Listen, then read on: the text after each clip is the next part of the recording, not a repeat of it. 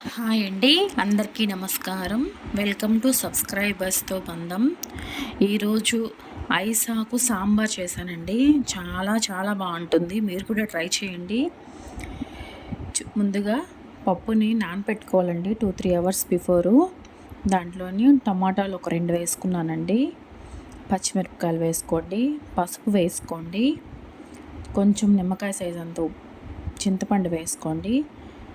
తర్వాత కల్లుప్పు వేసుకోండి. పప్పు బాగా ఉడుకుతుంది, చాలా మెత్తగా అవుతుంది. ఒక 4-5 విజిల్స్ పెట్టేయండి.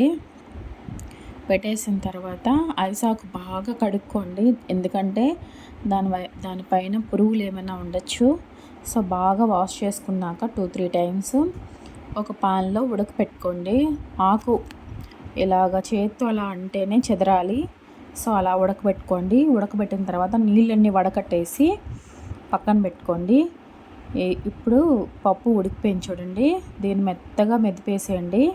మెదిపేసి పక్కన పెట్టుకోండి. పక్కన పెట్టుకున్న తర్వాత అదే కుక్కర్లోనే కొంచెం ఆయిల్ యాడ్ చేసుకోండి.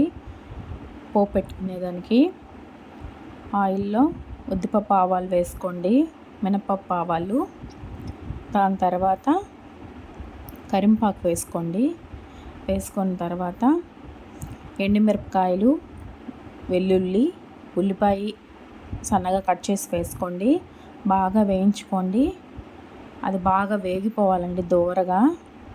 టేస్ట్ చాలా బాగుంటుంది. ఈ ఐసాకు తాలింపు కూడా చేసుకోవచ్చండి. దాని తర్వాత మనం వడగట్టిన ఐసాకుని బాగా పిండేయాలండి. పిండేసిన దాన్ని ఈ తిరగబాతులో వేసి వేయించుకోవాలి. వేయించుకున్న తర్వాత ఇప్పుడు మనము మెదిపి పెట్టుకున్న పప్పుని దాంట్లో యాడ్ చేసుకోండి. యాడ్ చేసుకొని బాగా కలుపుకోండి. సరిపడా సాల్ట్ యాడ్ చేసుకోండి. అంతేనండి. ఒక పొంగు వచ్చిన తర్వాత దించుకోవడమే. ఎంతో టేస్టీ, ఎంతో హెల్తీ అయిన ఐసాకు సాంబార్ రెడీ అయిపోతుందండి. ఈ వీడియో మీకు నచ్చినట్లయితే లైక్ చేయండి. ఈ వీడియో ఎవరికైనా ఉపయోగపడుతుందంటే షేర్ చేయండి. ఇలాంటి కుకింగ్ వీడియోస్ కోసం మా ఛానల్ని సబ్స్క్రైబ్ చేసుకోండి. Thank you.